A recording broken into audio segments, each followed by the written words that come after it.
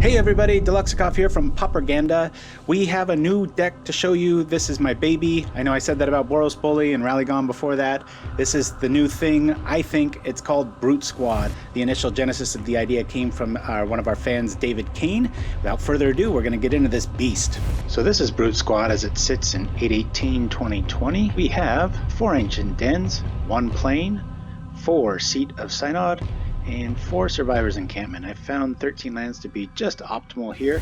Our Ornithopters, followed by Ardent Recruit, Glint Hawk, Thraben Inspector, Flayer Husk, Gingerbrute, Springleaf Drum, of 1 Mind, Tooth of Chiss-Goria, Thoughtcast, 2 Journey to Nowheres, and 4 Auriok Sunchasers, with 1 Harsh Sustenance for those Tron locks or fog locks that you might run into. Our sideboard is an Oblivion Ring. It's kind of a catch-all. I like to run this card just because you can run something like a kill artifact, kill enchantment sort of thing, but why not have it all in Oblivion Ring? You can have a creature, you can have whatever's relevant in a deck this fast. You kind of want to be able to have the solution to the problem immediately. We have 3 Prismatic Strands, 4 Hydroblasts, 2 Dispels, all 4 Faerie Macabre, and 1 more Harsh Sustenance. And that, in a nutshell, is Brute Squad.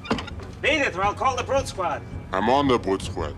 You are the Brute Squad. Okay, so this is one of many 5-0s that I was able to pull off with Brute Squad. We're going to view the replay here. We'll start and stop and look at our opening hand here. Obviously a mole. We have 2 lands here and a Gingerbrute beginning, so we're feeling all right. I'm going to play this through. And it looks like we'll lead off with this just in the anticipation that we might hit Metalcraft later. It's nice to have Journey backup, but not necessary in a lot of matches. And here we go with turn 2. They don't need to know that I'm mana screwed. We're just going to try to play optimal. Looks like we're up against some sort of fairy variant, so I want to get out my 1-drops as soon as possible. We can lean on Journey for a hard counter at a later phase. But even if that did flip, we could block here, kill a Delver, still have the aggro. And as we can see, we're up against Dimir. And we'll just try to be the problem here. And as you can see, Metalcraft is achieved pretty quickly, and sneakily sometimes you can come in, but out of the blue we're hitting for 9. Nothing to sneeze at. Gurmag Angler shows up, we got the issue. We've got card draw on the board, although we've got to be careful with our Metalcraft count where it's at. Say no more, here we go. We'll do this. When it's a little counter happy, I'm going to go grab the only problem and come on over for some more. This deck comes out so hard and fast that it's often games go like that. 1-for-1 removal is just a terrible idea against this deck. Cards like Cast Down, while amazing, are pretty bad against us. We're going to keep this hand. As you can see, it's not the best hand, but because of the drum and because of a colorless creature, we're able to keep it because we're going to be able to spin into Ardent Recruit here. That's the plan anyway, just depending on what we draw. Also, keep in mind that if a Husk and a Recruit is out, we're going to be able to up 1 mind and draw quite a few cards. So we can lead off with Seat of the Synod into Flayer Husk, turning on the drum. Not the most optimal play if they decide to kill the Flayer Husk, but you gotta really mulligan aggressively with this build and see what you get. Opponent drops a Swamp. They got early removal, so it seems. We'll lead off with the drum. I like this play because of a Duress or a Divest is really nasty against us games 2 if we have a neutered hand like this. Agony Warp shows up. We'll open this up, see what's going on here. Alright, so we'll bring out the Husk. I'm going to represent that we've got some sort of counter magic, so I'm going to return the Seat.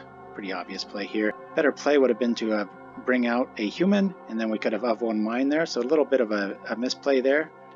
Don't make many with this list, but when you do, it's always early on. There's always a lot of things that you can miss here, so gotta be careful. So now we're really neutered. We're down to nothing. We're taking 1. We've only got 19 turns left. Playing to the rescue. And here we go. We're just going to kind of go off here. We're returning that. We're drawing cards. And all of a sudden we have an insta army. It gets worse next turn. And if they sit back with a counter, it's kind of a Mother May I sort of scenario. It's like, what do you counter? What's the correct answer? Now they're paying 4 for something that didn't even attack. Once the game gets established a little bit here, I think people will be able to play a little bit better against it. But right now it's so new. I think they just think it's a good stuff deck when in fact it's a pretty go wide deck. We've got our counter magic online. We'll bring this out.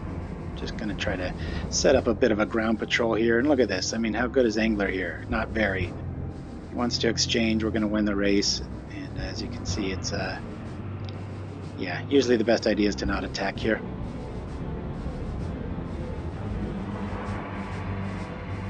And down comes Gingerbrute, not the best play here, but we're just trying to build a board presence, waiting for some removal with our counter and Dispel here, and see what happens. Cycles away Miscalculation. Open up the graveyards here, so we got a little bit more screen real estate.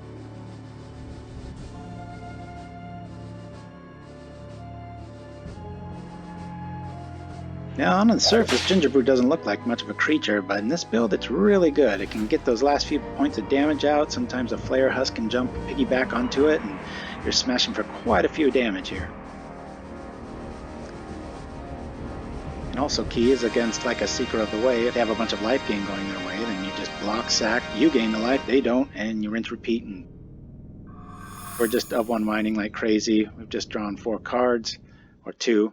One got countered, but got a free duress out of it, right? We duress them, took counterspell. We can at least pretend to believe that. Go here, no damage.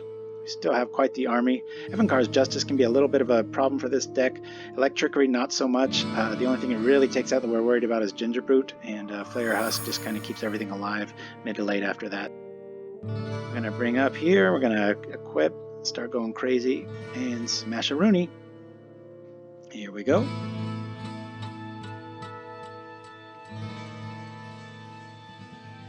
And he comes, no sense in taking unneeded damage. They're at 6.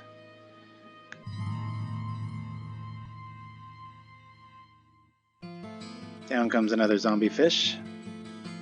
It's just about everything in block. Now we're getting a little flooded, which is very frustrating for this build because I've cut the land so lean to this.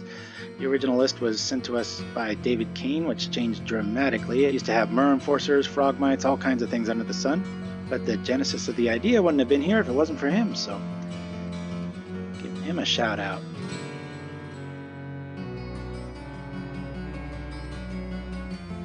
And as with most Dimir matchups, we block, the quality goes through, and edict effects for the most part are absolutely useless against us. We just got too much stuff that can do too much too often. As you see, we come on through with unblockable, so anything like Augur of Bolas or Seagate Oracle, those traditional blockers, they just do nothing against the ground crew, whereas we can block the ground crew, gain life, they can't. We fly over, kill, block, smash, boom, good times. I'm going to keep this. Good little hand here. Looks like we're up against Affinity. Affinity is usually a 2-1 victory. All depends on Hydroblast. One of the problems I have as a deck designer with Affinity is its lenience towards red. Hydroblast does a lot of extra works game 2 and 3 if we need to get there. Up until then, it's mostly attack through the air, block on the ground. If we have a Tooth of Chiss-Goria out, sometimes our Ardent Recruits can block the Myrrh Enforcers or the Carapace Forgers ad nauseum most of the time, and you're able to pick them apart in the air or gain just enough life with the Gingerbread Men that it matters. This deck did originally run Frogmites and just really became unfavorable to the list as the time went on. Great acceleration mid, but we're all about it early and fixing mana, and it did not do either. And just like Gurmag Angler from that other match, anything blocks it.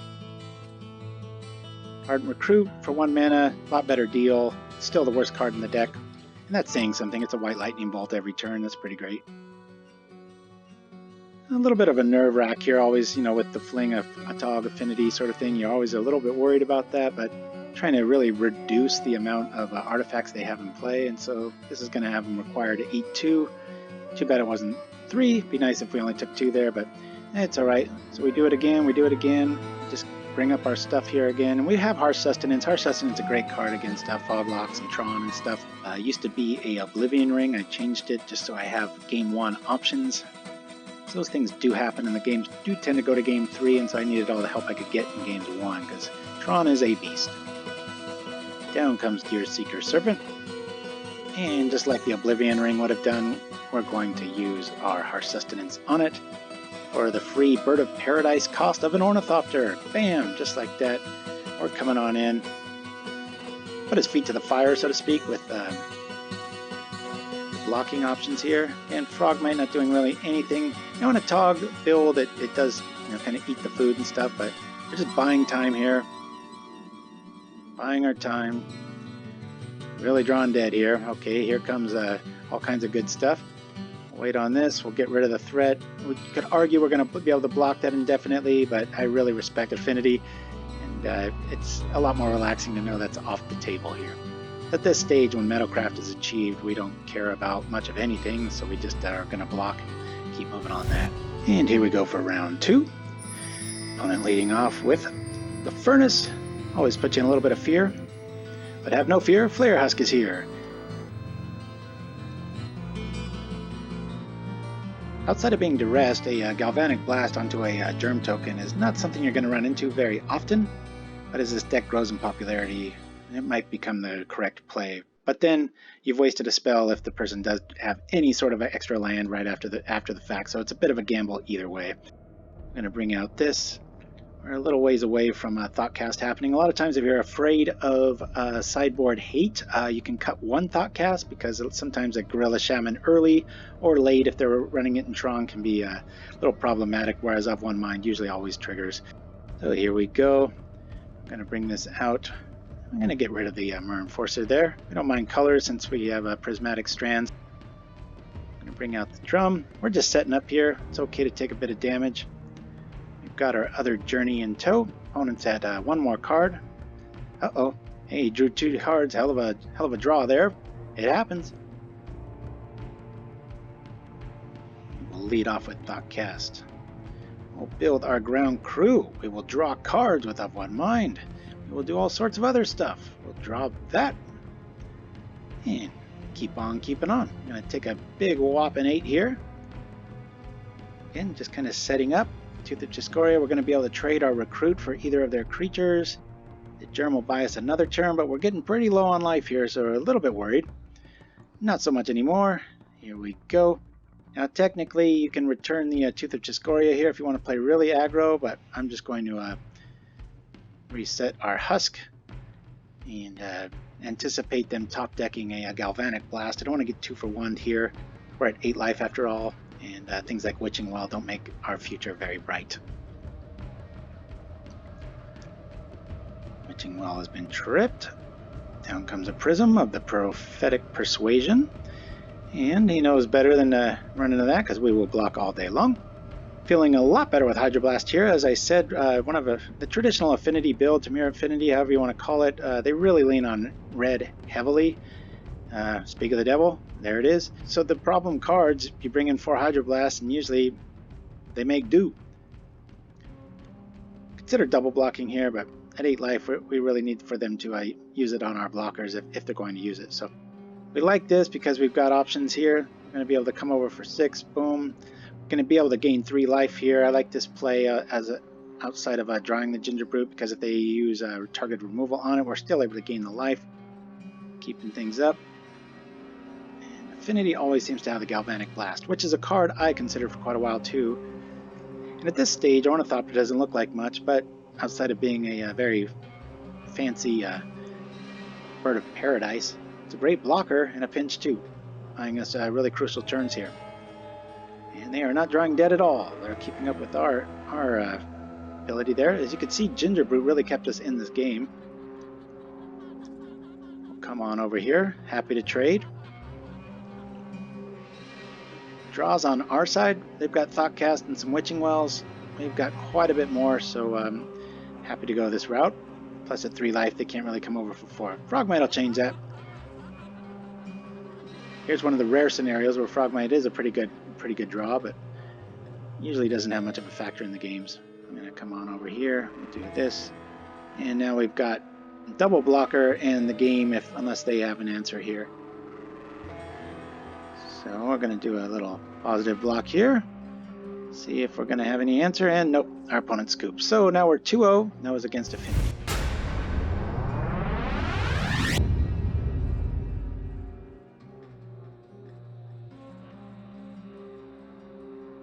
Our next matchup.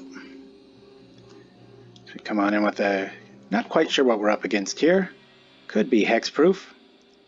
We'll see, we have a nice, pretty aggressive draw here. Color fixings in the house. As you can see, a lot of times Glint Hawk can act as a pretty awesome accelerator, even if you're mana screwed, but this deck doesn't need more than 1 mana to win. And I don't mean kind of win, it can win easily with 1 mana. 2, it's fine. 3, you're flooded. Interesting no plant block there. Just represent. I got aggro all the time. We're just going to come over with everything. I like to obviously keep one Ornithopter back for any surprise values and to be able to turn on the drum if some scenario comes up. I've killed burn players with chain lightning effects with the Springleaf Drum. Survivors Encampment. And we're just going to bash here. It's cool. I get him down 2. And kaboom! Here comes another dude. Ram through, always a surprise value card. And we Harsh Sustenance for the win. And here's game 2 against Hexproof. I think the only one we lost.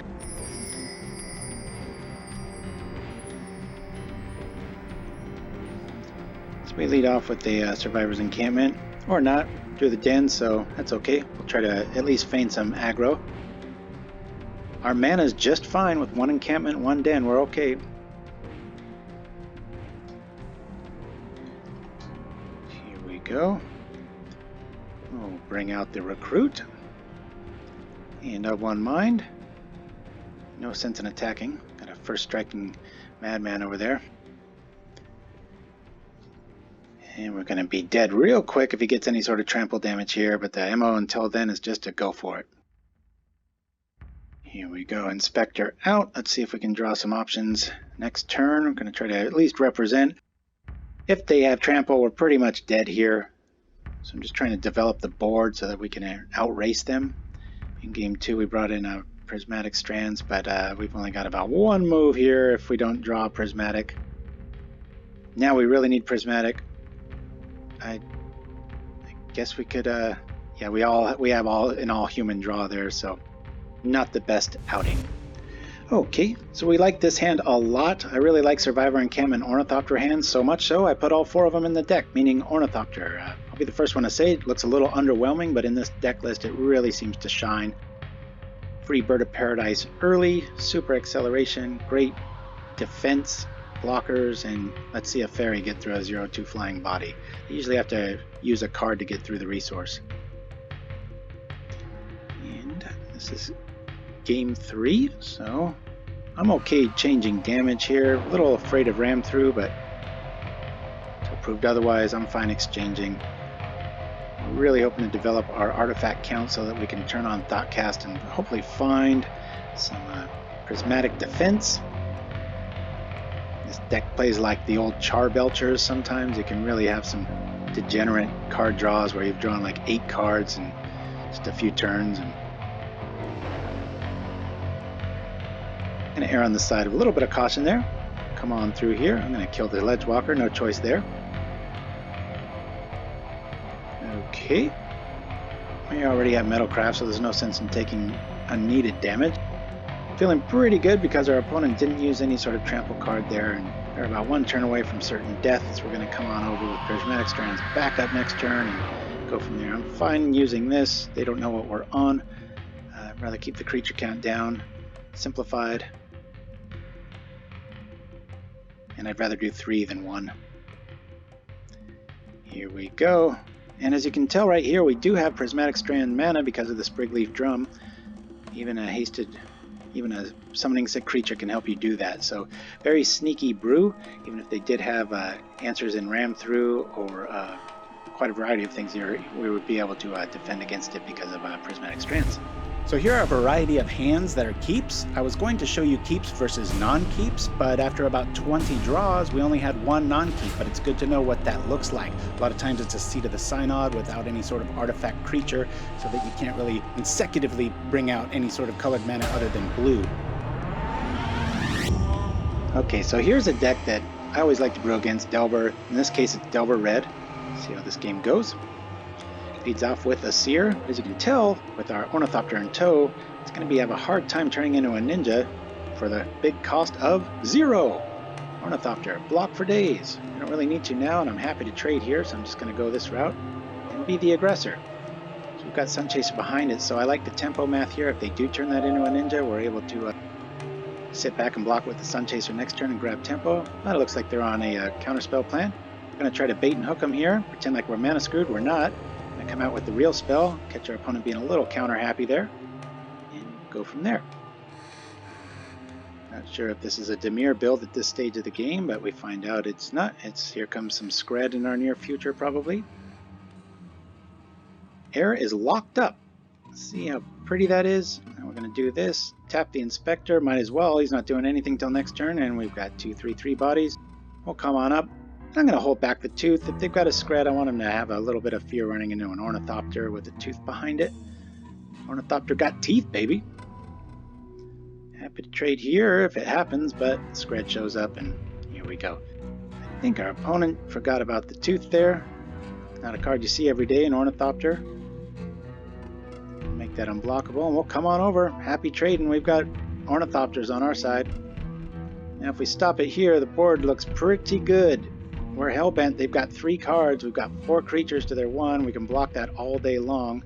In most games like this, they have to hard cast a ninja, and it's kind of sad. Let's not forget our clue. And again, here we have a scenario too, which I really like against a lot of builds out there with Augur Bolas. The only thing out here it can really block or kill is the Brute. You pay 1 and it doesn't. Then this obviously lives through it because of the 2 toughness body, and this just kills it. And then if you factor in a Tooth or 2, all of a sudden we're trading with these, and then their roadblock crew is kind of irrelevant. Want to be fearless, want to be aggressive, just want to keep smashing. Here we go. All right. Jump on our opponent here. Bring out yet another great blocker against this build. We'll bring this out. And I'll take that down. Happy to trade with Faye here. We'll hit him for 4. Nice white Fire Blast. And here we go. As you can tell, they can't really do anything. Draw a card. Bring this out, make it unblockable. Don't want to exchange, that's fine. I want to divvy up the damage here if they've got removal. Okay, so he's using 2 cards for our 1. We like that scenario. Down comes a hard counterspell for a Thraben Inspector. Interesting. Feeling the heat, feeling the heat. Here it comes up. There's the sad play. Hard cast ninja. I'm telling you, Ornithopters look silly, but they provide quite a bit of gas as we draw into 2 more that were just counterable a second ago. And I'm happy to not even trip that. Just kind of a bluff like, hey, come on, block it. Let's see what happens. I'm going to kill it. I'll double block here. Wants to use valuable removal on that. That's fine. The Gingerbrute's got game, and we've got other options. I have to hard cast this, unfortunately. Here come 2 more. And quickly, with opponent hellbent, I'm playing a little reckless here, but they're forced to be in top deck mode and block mode, but they can't because we got the mana for the Gingerbrute, and now Augur Bolas does nothing. No problem throwing this one back. And we'll keep this. Down comes Delver. And down come 2 Ornithopters. And we have Battlecraft, folks. Next up, Sunchaser. Alright, actually like this play. Don't mind if we take 3 here. Move the stack over a bit. Down comes the island. We'll take the blue lightning bolt. And boom! Establish this. One of the great things about Thoughtcast and Of One Mind against this build, or this opponent, this style, counter fairies, that sort of thing, is that the mana cost is usually out of reach, and they really need a hard counter to do anything against it. So they guessed right. I would have blocked there. I have no problem. Aims with that. Oh boy, did we get flooded. Come on over. Representing fearlessness here. He doesn't want to trade. We have the option to block, though. Augur Bolas doing a whole lot of nothing. I'll open up the finders here. He's got 2 Abrade. Kind of mixed on that card. I know it's got that new card smell as of right now in August of 2020. Not too impressed with it. Still a 1 for 1. Probably good in other matchups, but in this one, not so much. Same with Cast Down. You could pick apart my main guy, but I usually got 3 or 4 right behind that, and it usually costs the opponent their turn at a very crucial time. I'll just keep taking the damage here. Not too worried. We're the aggro. Here comes another problem. Followed by another problem. Again, Augur Bolas not doing much. We can just kind of get through and still keep shocking them. Down comes some more issues. We've got the clue for the draw. Another Abrade's in their hand of the... Nope, never mind. It's gone. go. We'll Thoughtcast, refill our hand, really refill it, and we drew a bunch of crap. Really don't mind this play. It's like, okay. Glad you countered an Ornithopter. Here comes the real threat. Booyah. At this stage, we could trade with anything. Hopefully no more removal shows up. It does. It always does. That's fine. We can always trip the Brute. Unless they want to double block here, we're going to get 1-for-1 trade with our Inspector and a Sprite. Make that unblockable. Come on over. Sometimes it's nice to have double Tooth and really surprise people, but I'm going to do this. I would really favor our Gingerbrute there, so I like to pump the thing that doesn't matter so that if they try to 2-for-1 us, they're still taking maximum damage. A lot closer game than the other one. Delver doing some work. So come on in with double hasted Gingerbrutes. And away we go. Opponent at 4, got him at 8. Now are they going to be on the defensive roll here? As we go. And here we go with Gingerbrute. Coming on over, and it deserves a lightning bolt now. Okay, and we'll do this. Bringing this over. It's getting down to the nitty gritty. I think we'll take this. See what we got. Hey, options. We'll bring this out. Perfect scenario here. We could equip the Husk onto the Brute, make them both unblockable, go in for that last bit of damage, and have life backup. Good times. Close match. Here we go for our last round. I'm going to mulligan that. Lead off with an Ornithopter. Not sure what we're up against, but we do like this hand in that we have a mana flexibility, a turn 2 Sunchaser, and then a hand refill and Thoughtcast. And Swamp. This deck loves seeing swamps. Can't remember the last game I lost to a swamp deck, especially mono black control. On paper, it looks like it would be very advantageous for mono black or Demir Angler and that sort of thing, but as we saw earlier, it isn't. Too much stuff, too much spot removal. Ooh, Tortured Existence. This could go very long. Maybe we should fast forward what everybody knows is going to happen, which is a Spore Frog lock. Get him as close to dead as we can, but one of the great reasons to having Harsh Sustenance main are combinations like this. Normally, outside of running their clock down to crazy low numbers, don't really have many outs. Tortured Existence, fantastic option if you're playing in paper. Online can lead to some carpal tunnel syndrome, some rage with the clock and the interface the way Magic is. If they ever fix that, definitely be one of the top contending decks. Takes a lot of practice, as does Brute Squad as far as the opening hand goes. Okay, they're really giving us a wide respect here. You just take 4 and then keep moving, but they're preserving that life all day long.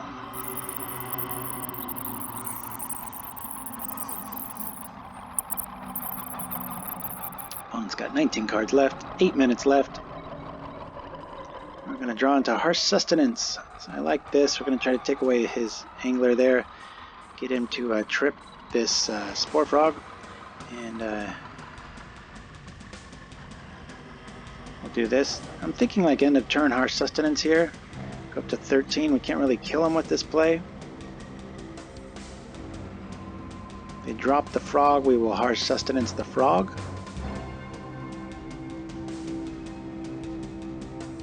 Take this.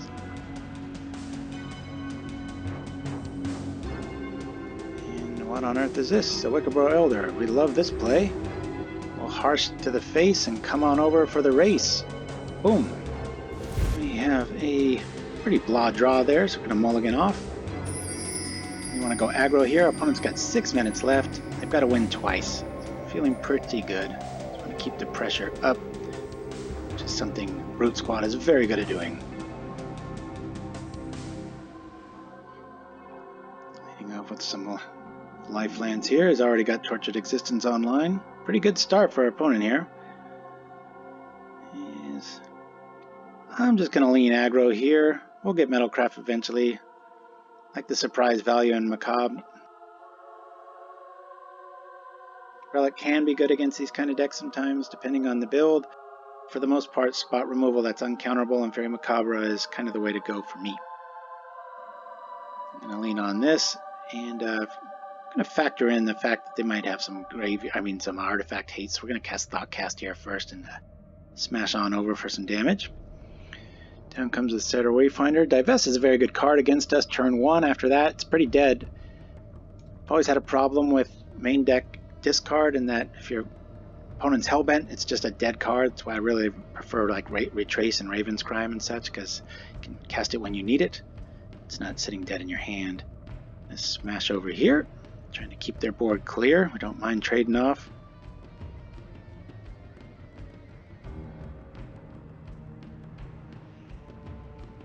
Opponent's got 5 minutes to win twice. I'd be lying if I said I'm not thinking about anything else. Okay, not too worried about a Gurmag Angler. Probably just smash into it if we don't draw Journey or something. I'm going to bring out Spectre for the clue. Come on over, how cool would it be to have double Tooth there, but they're just going to get back Angler each time, so we're here to just do maximum carnage. Does a strange play here and killing the Tooth. Damage still goes through, and we smash. We have a target in the Caustic Caterpillar, not sure how valid it is here. Survivors Encampment keeps us away from any sort of colored mana hate, so again, like, what do you do here if you're our opponent, right? You hit our seat, well, the Survivors Encampment can do that. We'll trip that.